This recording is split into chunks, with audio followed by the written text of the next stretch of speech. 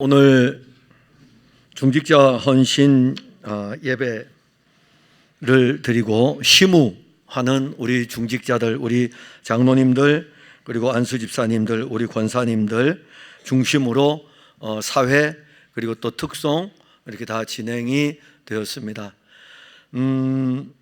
중직자라는 이 자체가 한 몸의 교회를 세워가는 데 있어서 굉장히 중요합니다. 사실 여러분들이 가지고 있는 이 직임인 장로 그리고 안수집사, 권사라는 이 직임은 세상 사람들은 그 직임에 대해서 모릅니다. 그리고 왜 이 직을 내가 가지고 있는지 세상 사람들은 알지를 못합니다. 그러나 그리스도의 몸인 교회에서 이 직임을 가지고 있는 것은 주께서 교회의 머리로서 이 직을 우리에게 주셨고, 이 직은 우리로 하여금 그리스도의 몸된 교회를 세워가기 위해서 이 직을 주신 것입니다. 그러기에 우리에게 주어진 장로, 권사, 안수집사라는 이 직은 내가 사람들에게 자랑하기 위해서, 내가 또 사람들에게 내가 이런 직을 가지고 있어라고 하면서 은연중에 가지고 있는 그런 것이 아니고, 오히려 더 배 밑바닥에서 노를 젓는 것처럼 그렇게 그 배 하나를 움직이는 것입니다. 오늘 찬송이 또 그런 특송이 그런 내용인데, 여러분들 그 그리스도의 몸된 교회의 일꾼이라는 이 자체는요, 배 밑바닥에서 노를 젓는다. 우리가 지금은 잘 모릅니다. 지금은 다 동력으로 움직이기 때문에 무동력의 시대의 배에 대해서는 모릅니다. 무동력 시대의 배를 보게 되면은 배 밑바닥에서 노를 젓습니다.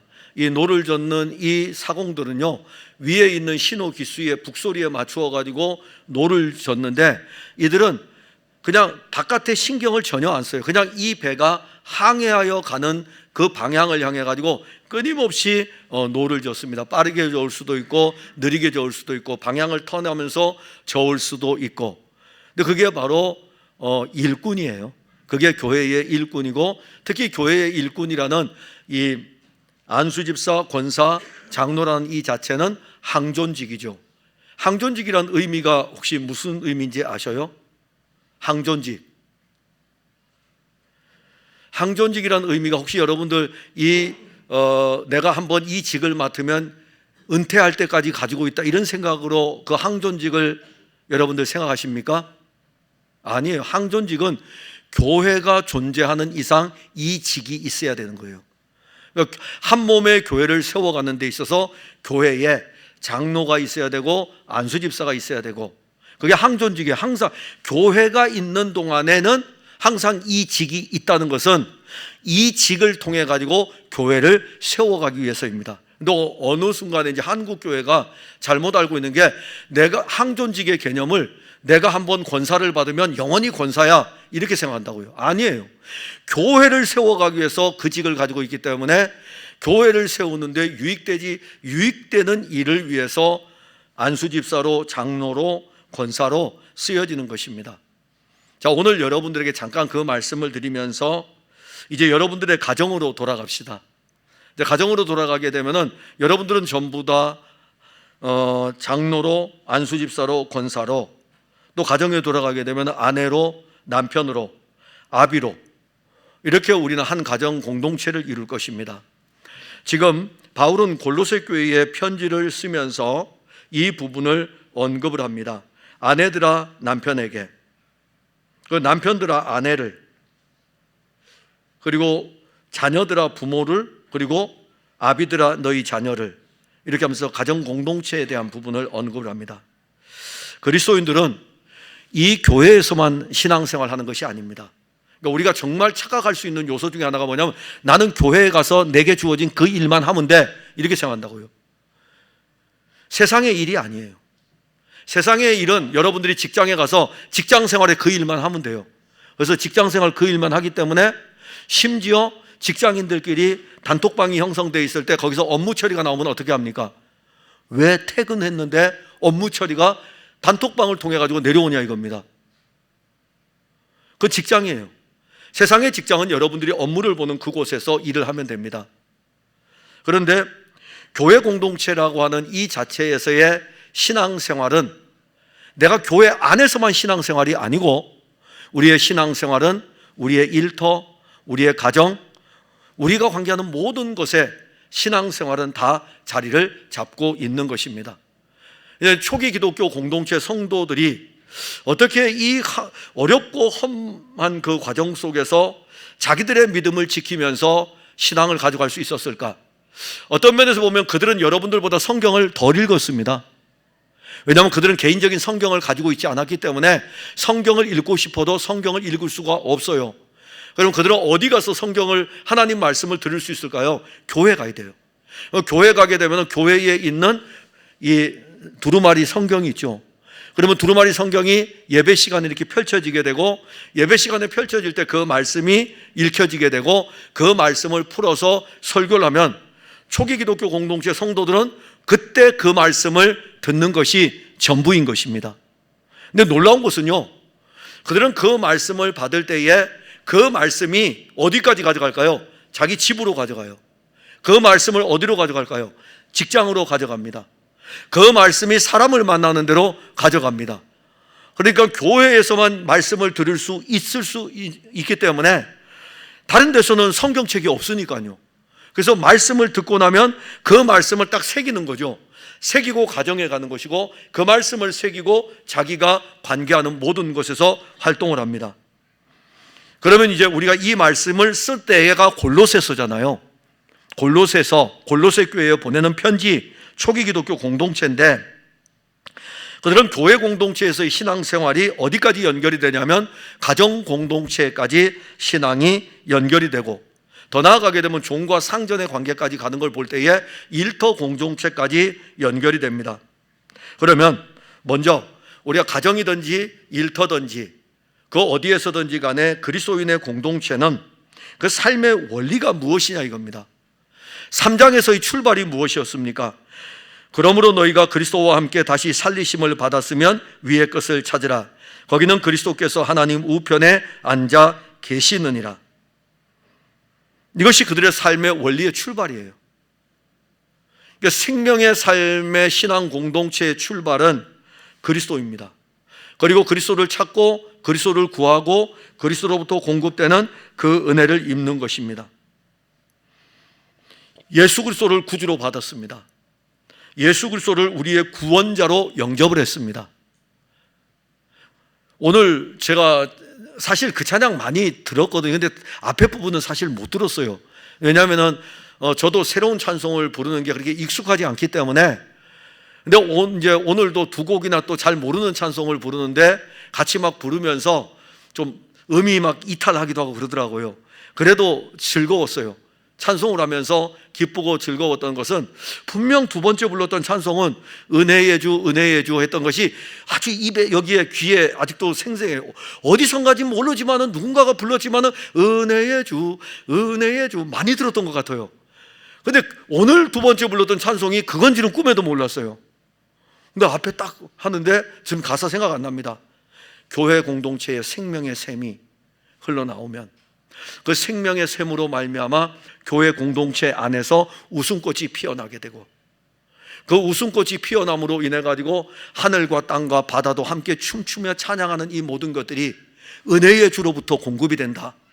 제가 가사를 이렇게 찬송을 부르면서 저 가사 정말 너무너무 은혜스럽네. 너무너무 은혜스럽네.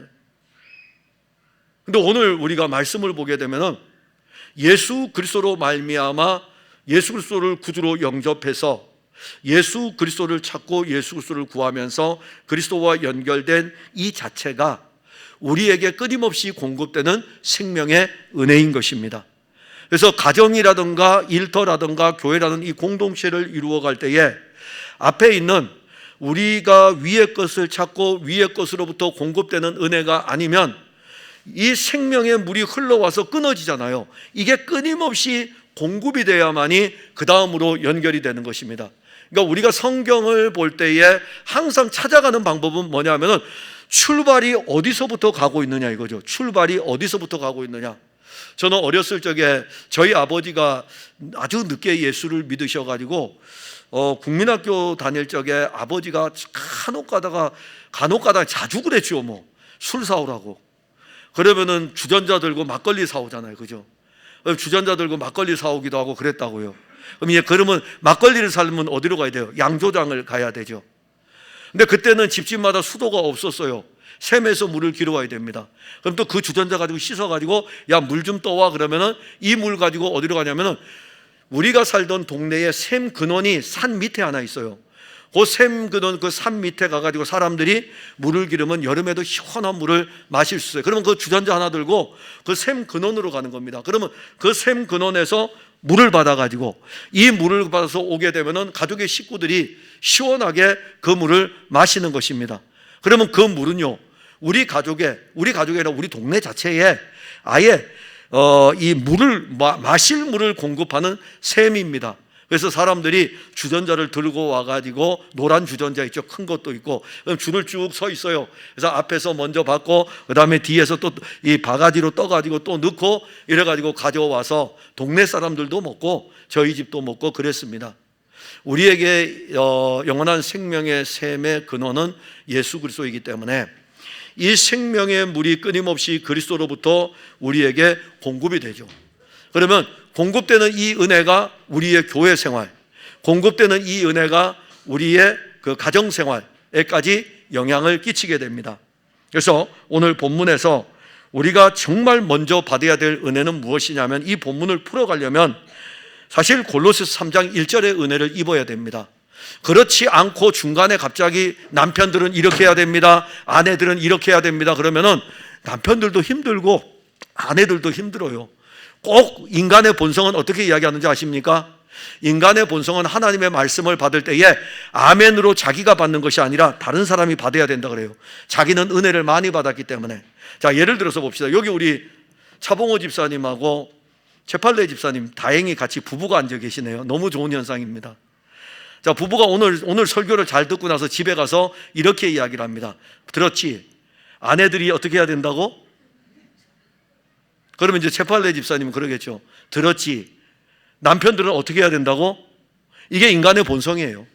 인간의 본성은 자기에게 주어지는 은혜를 입지를 못하고 다른 사람을 꼭 지적을 합니다. 다른 사람을 지적을 해서 당신은 이렇게 해야 되는데, 당신은 이렇게 해야 되는데, 그게 우리의 본성이에요. 그러면 이 본성이 깨져야 되겠죠. 아내가 아내로서 이 말씀을 받아야 되고 남편이 남편으로서의 이 말씀을 받을 수 있는 것은 위의 것이에요. 위의 것의 은혜예요. 그러니까 위의 것의 은혜를 입게 되면 이제 여기서부터 이제 삶의 공동체로 연결이 됩니다. 그래서 첫 번째가 바로 가정 공동체입니다. 남편과 아내의 관계예요. 자, 그럼 남편과 아내의 관계를 우리가 접근할 때에 이것은 서열의 관계가 아닙니다. 남편이 높고 아내가 낮은 서열의 관계가 아닙니다. 남편들은 아내에 복종하고 아내들은 남편에게 복종하고 남편들은 아내를 사랑하는 것을 서열의 관계로 이해하면 안 됩니다. 앞에서 설명했잖아요. 그리스도 예수를 주로 받았다면 그리스도 예수를 찾아야 된다고. 생명의 관계입니다. 서열의 관계가 아니라 생명의 관계입니다. 남편과 아내는 생명의 관계예요. 함께 하늘의 유업을 받은 생명의 관계입니다. 예수님과 우리 사이가 서열의 관계입니까? 생명의 관계입니까? 서열의 관계라면 얼마나 힘들겠어요. 그런데 영원한 왕이신 그분은 그냥 가만히 계셔도 서열로 하면 우리는 그분 따라갈 수가 없어요. 왜냐하면 우리는 피조물이기 때문에. 그런데 그분은 우리에게 오셔가지고 서열의 관계로 온 것이 아니라 생명의 관계로 우리에게 온 것입니다. 그러면 생명의 관계라면은 예수님과 우리 사이의 이 관계를 보게 되면은 우리는 예수님의 영원한 신부이고 예수님은 우리를 생명의 관계로 맞아주었기 때문에 그의 아내로 맞아준 것입니다. 그때 예수님은 우리를 대할 때에 서열로 대하지를 않았습니다. 그러면 오늘 우리들이 신앙생활할 때에 가정의 공동체는 어떠하겠습니까? 가정의 공동체도 교회의 한 부분입니다. 여러분, 교회라는 이 자체를 자꾸 이 본당 안으로 두시면 안 됩니다. 우리 빨리 깨트려야 될 게 우리 눈에 보이는 영적인 잘못된 사고 중에 하나가 교회라고 했을 때에 요 안에서 움직이는 것만 생각하는 거라고요. 아니라 이겁니다. 빨리 깨트려야 돼요. 초기 기독교 공동체의 교회관은 여기만이 아니라 사도행전 2장에 보게 되면은 이들이 모여서 은혜를 입고 집으로 돌아가서도 떡을 떼며 교제하는 것을 계속했어요. 즉 교회라는 공동체는 우리가 관계하는 일상의 모든 것이 교회 공동체인 것입니다. 그러면 가정의 공동체도 한 부분인데, 가정의 공동체의 한 부분, 가정도 교회의 실제입니다. 가정과 교회가 다를 수가 없어요. 가정과 교회도 실제로 같은 하나의 관계입니다. 그러면 남편과 아내의 관계를 우리에게 언급하면서 생명의 관계로 언급하고 생명의 관계로 교통하는 것에 대해서 이야기를 합니다. 그러면 이제 거기에서 이제 우리가 들어가게 되면 아내들은 남편에게 복종하고 남편들은 아내를 사랑하고 괴롭게 하지 않는 것은 이 생명의 관계에서 우리 예수님이 하신 일이에요. 우리 예수님과 우리 사이의 관계이고, 근데 더 나아가게 되면 이것이 가정의 공동체 안에서 이루어지는 일이기 때문에 당시에 로마 제국에서의 사회적인 현상은 남편과 아내의 관계가 분명하게 사실 여자들은 비천할 정도로, 그래서 여자들은 비천할 정도의 모습이었습니다. 그러나 그리스도는 이 모든 것들을 다 깨트려요. 그래서 성경 안에서 기록할 때에 예를 들어 가지고 빌레몬에게 편지를 쓸 때도 빌레몬 한 사람을 이야기하는 것이 아니라 빌레몬의 아내도 이야기하고 있고, 빌레몬의 아내가 아비아잖아요. 빌레몬의 아내 아비아, 그의 아들 아키포, 즉 다시 말한다면 빌레몬 혼자, 로마 사회에서는 있을 수 없는 일입니다. 빌레몬 한 사람이면 되죠. 그런데 그리스도의 공동체는 빌레몬이 있다면 그의 아내 아비아도 같이 따라와요.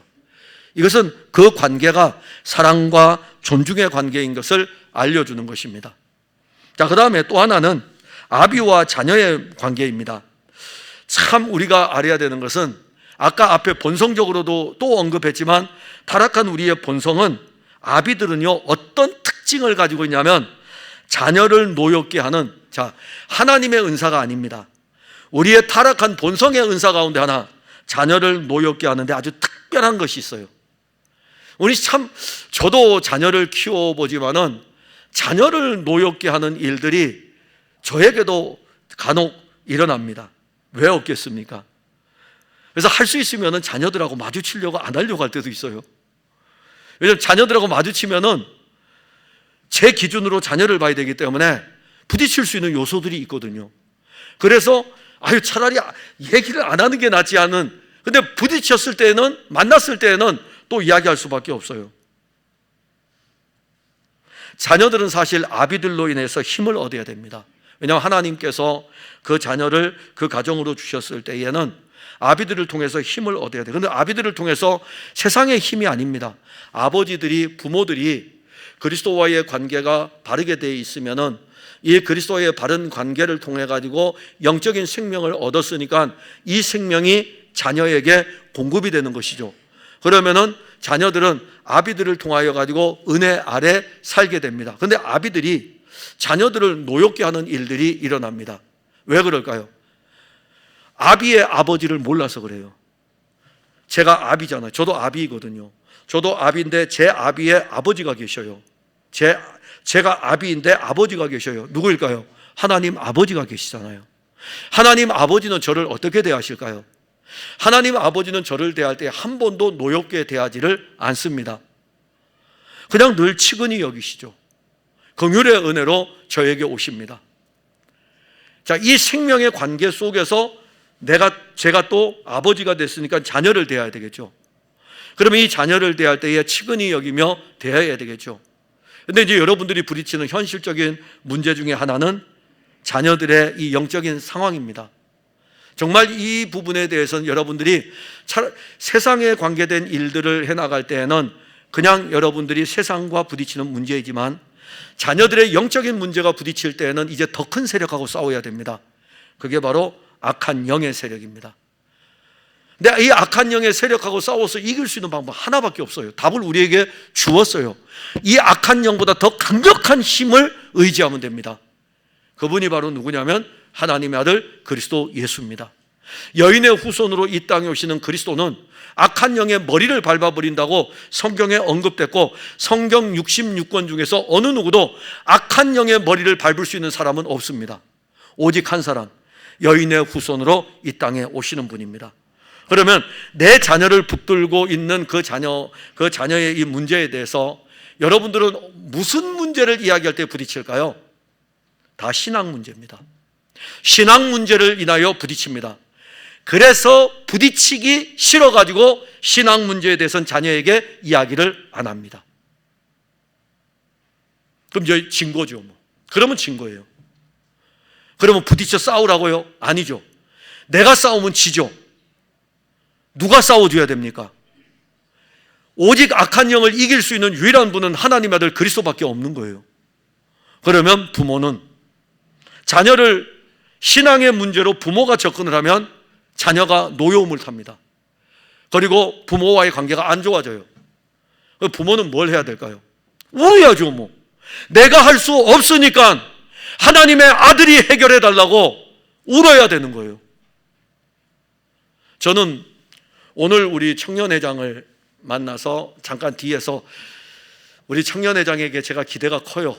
탁 어깨를 쳐주면서, 야, 이제 2월 달이 되게 되면은 청년의 새로운 사람이 오는데, 그래서 니들이 이제 좀 힘을 내야 되겠다라고 하면서 이야기를 잠깐 했어요. 그러니까 이제 우리 청년회장이 그래도 목사님 지금 그러지 않아도 나오지 않는 친구들에게 이제 어떻게 전화로 하고 만나야 되는지, 그 친구들은 아직은 거기에서 이제 그렇게 하는 것이 제게 큰 또 하나님의 나라의 유익이죠.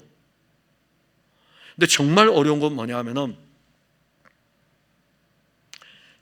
오게 됐을 때에 그 자녀들을 만날 때 아마 1년 동안 청년들을 위해서 울어야 되는 시간입니다. 1년도 더 할 수도 있어요. 지금까지 그 20여 명의 청년들을 붙들고 있는 그 세력이 그냥 놓아주겠습니까? 우리 교회에 부목사가 온다고 해서 부목사가 무슨 힘이 있어가지고 그 청년들을 거기서 끄집어내겠습니까? 그래서 오늘 이 본문을 볼 때에 아비와 자녀의 관계 속에서 가정공동체 안에서 아비와 자녀의 이 관계를 언급을 할 때에 자녀들아 모든 일에 부모에게 순종하라. 근데 자녀는 원래 불순종의 모습이에요. 그걸 인정을 하셔야 돼요. 너 왜 순종하라는데 안 해? 그러면은 오히려 더 튀게 됩니다. 자녀들을 노엽게 해요. 자, 그럼 이제 여기서부터 이제 우리는 이 숙제를 풀어가야 돼요. 먼저 부모는 이 영적인 생명이 어디서부터 관계하고 있는지를 알아야 돼요. 그래서 예수 그리스도로부터 관계가 된 우리의 이 생명의 관계가 먼저 부모들이 풍성해야 됩니다. 그리고 이 생명이 흘러가야 돼요. 근데 이게 실질적으로 오늘날 한국 교회는 교육을 교회가 아무리 잘해도 안 될 수밖에 없는 요소입니다. 왜 그런지 알려드릴까요? 가정의 신앙 공동체가 무너져 버렸어요. 자, 여러분들에게 물어봅시다. 여러분들 교회 집에 가서 예수님의 여러분들 자녀와 앉아 있을 때에 자주는 이야기하지 않아도 저는 목회자입니다. 그래서 제 자녀가 3명이 있습니다. 근데 저는 목회자의 관점에서 이야기를 해요. 간혹 가다가 이렇게 이야기합니다. 너희들 신앙생활을 열심히 해야 된다. 근데 거기에 의미는 무슨 의미가 담겨 있는지 아십니까? 목회자이기 때문에 너희들이라도 목회자의 힘이 되어줘야 된다. 내가 은퇴를 했을 때에도 너희들이 앞으로 교회 생활할 때 너희 아버지가 목회자가 아니었느냐? 그러니 너희들이라도 아버지가 목회를 했을 때 모든 걸 봤으니까는 목회자에게 힘이 되어줘야 된다. 저는 그렇게 접근을 할 수밖에 없죠. 왜냐하면 목회자니까는. 근데 사실 이것은 제게 가지고 있는 기도의 제목이에요. 근데 이제 여러분들의 자녀들을 교회 공동체 안에서 함께 이렇게 세워져 갈 때에 그 일이 쉽지를 않죠. 자, 그러면 이제 집에서 어떤 이야기를 합니까? 남편과 아내가 만나서 요즘 갔더니 우리 목사님 좀 이상한가 봐. 그냥 한마디 지나갔어요. 누가 듣고 있습니까? 우리의 어린 자녀들이 다 듣고 있었어요. 죄송하지만은 여러분들이 가정에서 이야기했던 교회의 부정적인 모든 요소들을 여러분들의 자녀가 다 들었습니다. 그런데 교회 학교에 떠넘기면 교회 학교에서 이제 책임을 져야 돼요. 그럼 이 교회학교 아이들을 이끌어와야 되는데 아이들은 이미 가정에서 들었을 때에 교회의 부정적인 것을 들었기 때문에 아이들이 잘 들리지를 않습니다. 우리가 우리의 자녀들에게 나를 구원하신 예수님에 대해서 이야기하고 예수님 때문에 좋다고 이렇게 함께 세워져 간다고 그냥 그 이야기만 했어도 우리의 자녀들에게는 우리 아버지가 우리 어머니가 믿는 예수님이 왜 그렇게 좋으실까? 이렇게 생각하겠죠. 근데 교회 학교 왔더니 교회 학교에서 그 예수님을 가르쳐주고 있는 거예요. 이런 예수님이었구나. 그렇게 알게 되죠.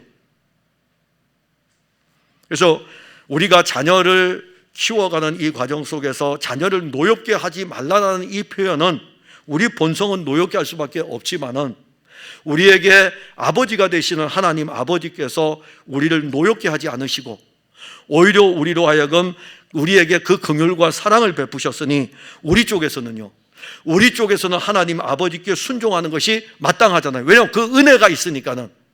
그게 가정에서도 생명의 공동체는 그렇게 가는 것입니다. 그러니까 기독교 우리 교회 공동체에서는요, 효도하라고 안 해도 효도가 될 수밖에 없는 것은 하나님 아버지의 사랑을 알고 하나님 아버지의 사랑을 따라 그분에게 충성하기 때문에 교회 공동체 안에서 이런 일들이 일어납니다. 그래서 초기 기독교 공동체 성도들의 교인 수가 이 시기에 로마 제국에서 3%도 되지를 않습니다. 그럼에도 불구하고 전도가 다 막혀 있는 상태죠. 로마 제국에 의해서. 근데 시간이 갈수록 교인들이 늘어납니다. 왜 늘어날까요? 기독교인 가정 자체가 다르니까. 왜냐하면 예수 생명으로 함께 교통하는 부모와 자녀니까요. 부모는 자녀를 위해서 울고 있고 자녀는 부모로부터 받은 이 예수의 생명의 은혜를 가지고 아버지를 사랑하고 아버지를 존경하게 되니까는 당연히 로마 사람들이 봤을 때에는 이게 도대체 왜 이런 일이 일어날까? 오늘날 세상 사람들이 우리를 보고 야, 니들 자녀는 왜 그렇게 기쁘고 즐겁고 그렇게 여러분들에게 접근을 합니까? 그렇지 않은 경우들이 태반일 것입니다. 그래서 오늘 우리가 여기 보면은 아비들아 너희 자녀를 노엽게 하지 말라 낙심할까 함이라. 지금 많은 우리의 자녀들이 낙심 가운데 있습니다. 세상에 대해서 낙심이 아니고 신앙의 낙심이에요.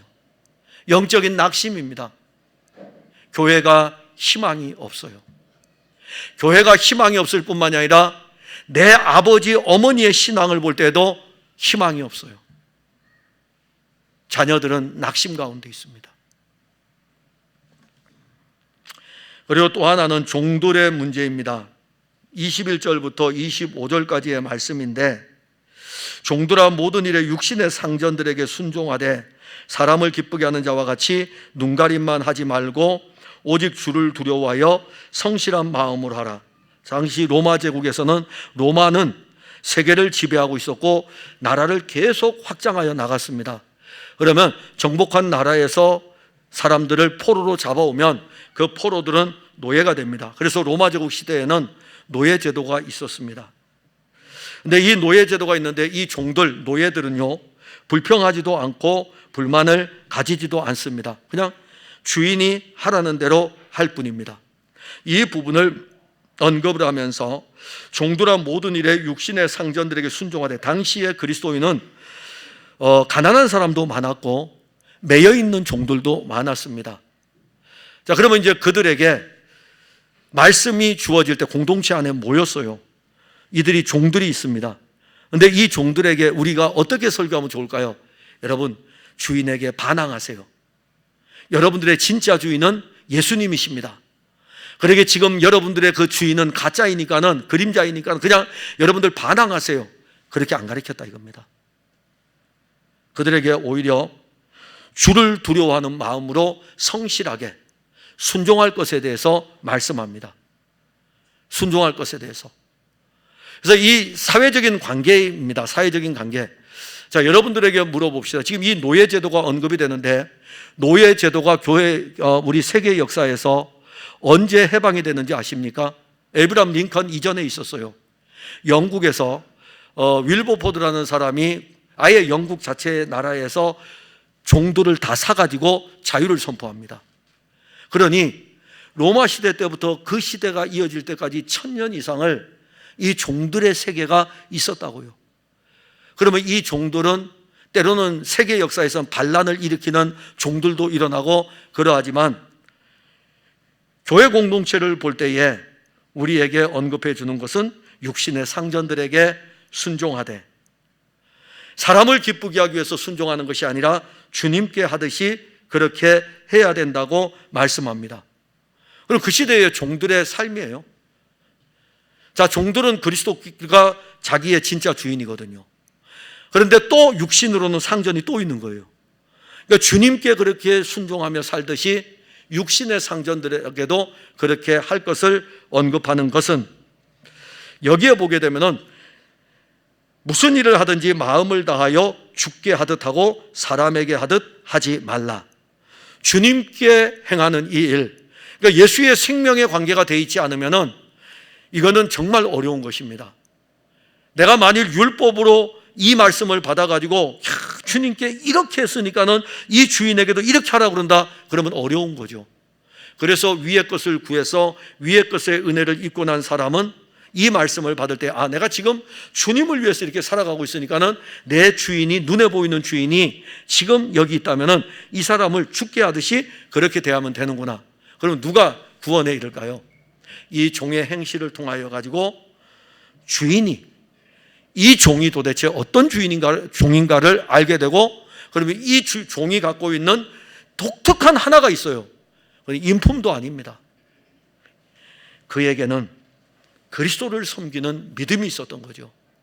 이 믿음이 주인도 변화시키는 것입니다. 그런데 이 종에게는 독특한 게 또 하나가 있어요. 상을 알아요. 자기의 주인에게 상을 받는 것이 아니고 진짜 상을 받는 것은 그리스도로부터 받는다는 것을 알고 있습니다. 그러기에 그걸 할 수 있는 거예요. 우리에게 만약에 영원한 나라가 없다면 누가 교회에서 그렇게 충성하겠습니까? 아니, 우리가 예수의 나라에 이르는 일이 곧 있으면 올 텐데 그 나라가 없다면 누가 그리스도를 위해서 충성할 수 있겠습니까? 만일 우리가 사는 세상이 여기서 끝난다면, 우리는 여기에서 끝난다면 왜 예수님을 위해서 충성하며 그 나라를 위해서 헌신하며 살아갑니까? 예수의 나라가 있잖아요. 영원한 나라가 있다 이겁니다. 그 나라가 있기 때문에 그 나라가 우리에게 주어질 기업의 상이 얼마나 풍성한가를 알기 때문에 즐거운 마음으로 충성하며 갈 수 있는 것입니다. 그러니까 이것이 여러분들에게 율법이 돼서는 안 돼요. 먼저는 여러분들이 그럼 뭘 누려야 됩니까? 그 엄청난 기업의 상, 오늘 본문에도 언급하기를 기업의 상이라 그랬어요.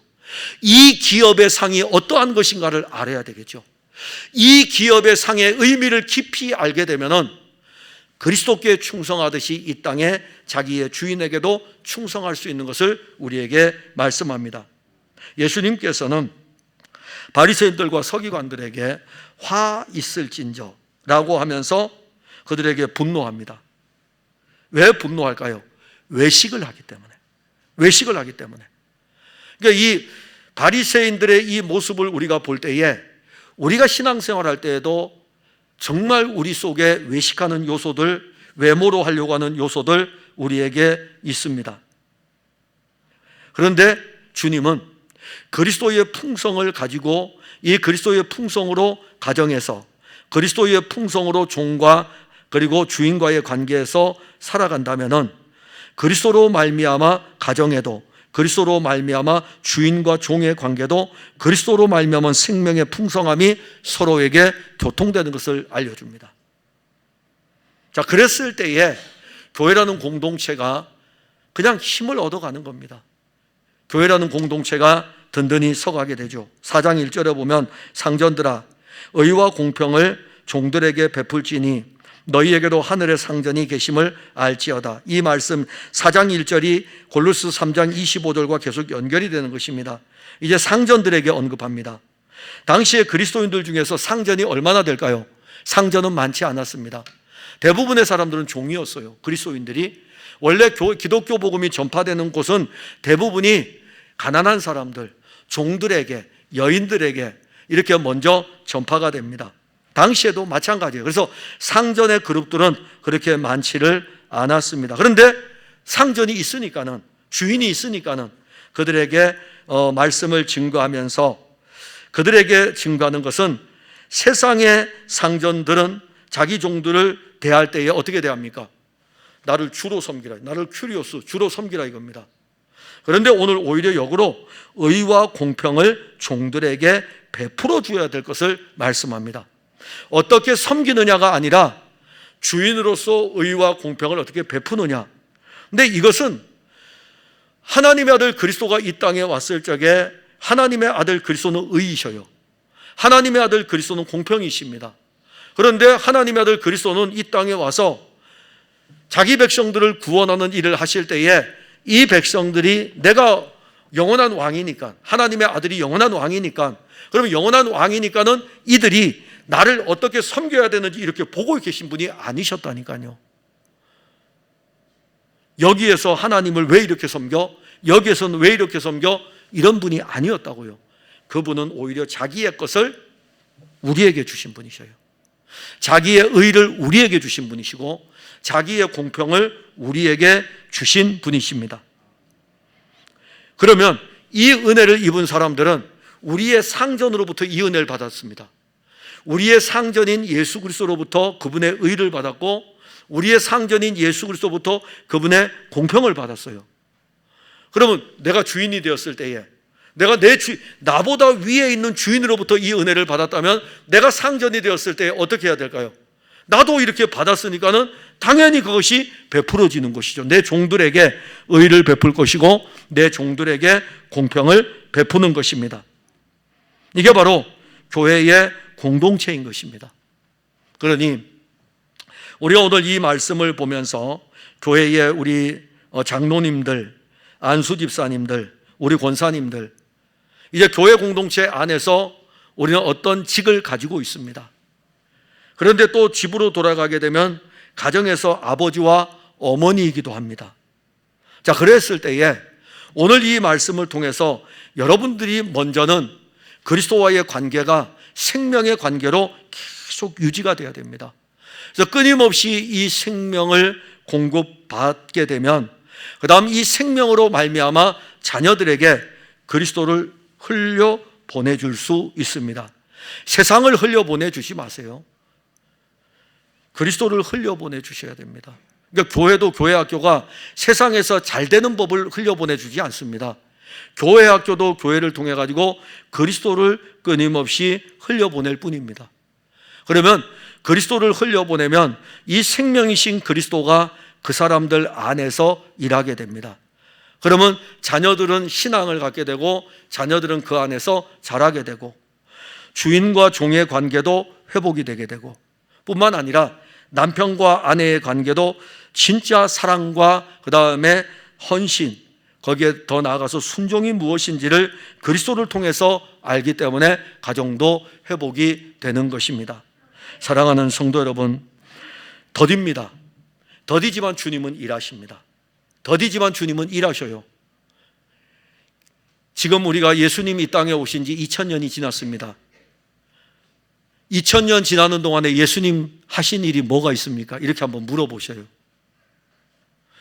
아니, 세계에 등장했던 엄청난 지도자들은 온 땅에 그 많은 영토들을 말이야 차지했었는데 예수님 당신은 뭐 하셨습니까? 2000년 동안. 근데 지금도 일하셔요. 주님은 지금도 일하십니다. 여러분들 안에 일하시고 여러분들 가정에 일하시고 여러분들의 일터에도 일하시고 여러분들 자녀에게도 일하시고 그분은 일하십니다. 왜냐하면 그분이 생명이기 때문에. 그래서 우리는 늘 그분을 찾는 것입니다. 그래서 2025년 우리 중직자 여러분들이 누구보다도 그리스도에게로 향하고 그 은혜를 공급받아서 자녀들에게도 흘려보내고 주변의 사람들에게도 흘려보내서 풍성한 교회의 중직자들을 통해서 사람 살만 난다. 정말 예수 믿고 살만 난다. 이 생명의 풍성함이 흘러가는 일이 있기를 바랍니다. 기도하겠습니다. 하나님 은혜를 감사합니다. 오늘 우리가 받은 바 이 말씀, 우리가 이제는 위의 것을 찾습니다. 왜냐하면 우리는 예수 그리스도로 말미암아 구원을 받았고 예수의 생명을 가지고 있기 때문에 우리는 예수님을 찾을 수밖에 없고 예수님의 은혜를 구할 수밖에 없습니다. 예수님과 우리의 관계는 생명의 관계입니다. 이 생명의 젖줄을 누구도 끊을 수 없습니다. 이 생명의 은혜를 가지고 우린 가정에서 남편과 아내로서 생명의 관계를 또 연결하고, 아비와 자녀로서 생명의 관계를 연결하고, 주인과 종으로서 이 생명의 관계를 연결하여 우리의 삶의 영역에서 예수 그리스도의 생명으로 말미암은 일들이 번성하고 더욱 번성하기를 원합니다. 그리하여서 이 생명의 공동체의 힘과 유익이 이 풍성한 교회 성도들에게서 나타나게 하옵소서. 또한 중직자들에게 은혜를 주어서 2025년 이 주어진 사명의 길을 걸어갈 때에 예수께서 공급하여 주시는 생명의 힘으로 즐거이 감당하게 하옵소서. 예수님 이름으로 기도하옵나이다. 아멘.